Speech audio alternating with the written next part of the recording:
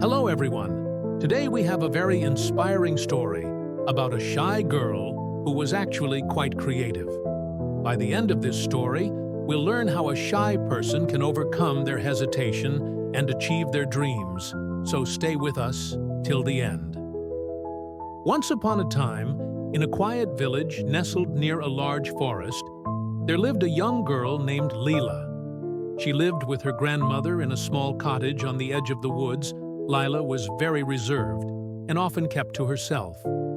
Every day, she helped her grandmother gather herbs and berries from the forest, but her job was mostly just to pick the low-hanging fruit and avoid making noise.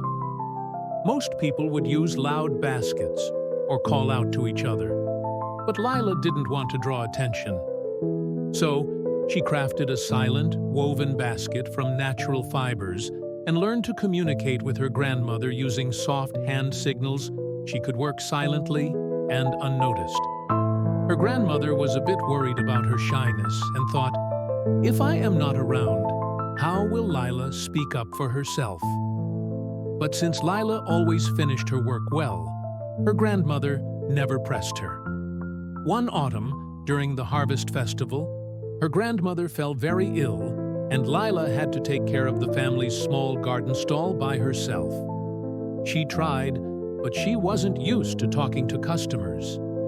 After a few weeks, the other vendors started to sell more, and Lila's small income was not enough to buy the special medicine her grandmother needed.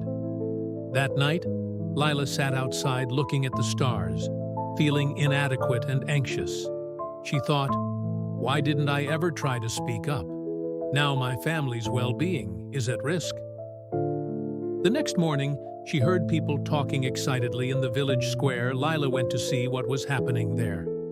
A royal messenger was announcing a big design competition at the Queen's summer palace. The winner would get a substantial reward of silver coins. Lila thought, "This could be the answer to my family's troubles." Without thinking too much, Lila said she would join the competition.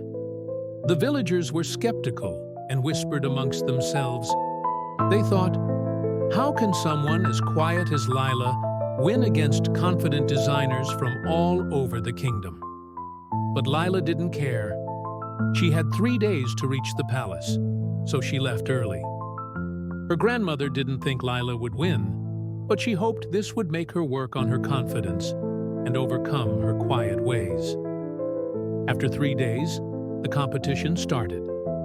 All the participants were gathered near a large field.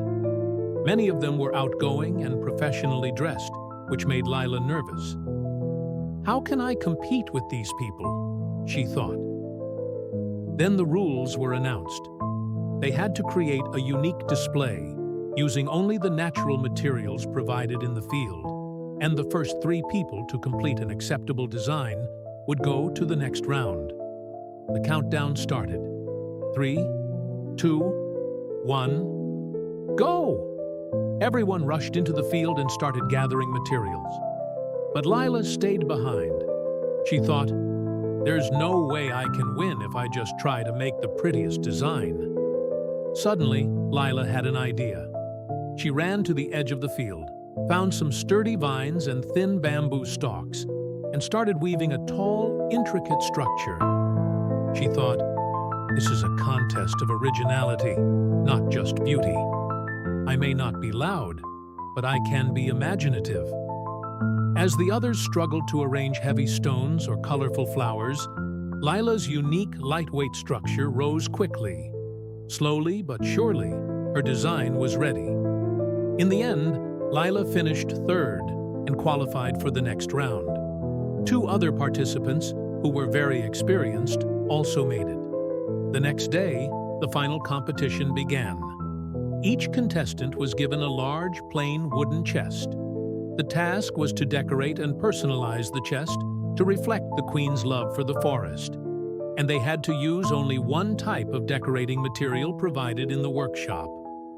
The first contestant quickly grabbed a paintbrush and started painting detailed scenes.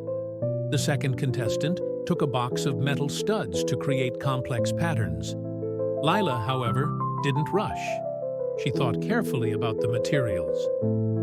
"I can't win by being the boldest. I need to think differently," she said to herself. After thinking for a while, Lila picked a small pile of dried, colorful moss and tiny forest pebbles. The crowd was confused. How could soft moss and pebbles make a royal chest beautiful? But instead of sticking the moss on, Lila started pressing it. She used a small, smooth stone to create a soft, velvety texture on the wooden surface, outlining the forest shape, and then used the pebbles to create a sparkling, natural border.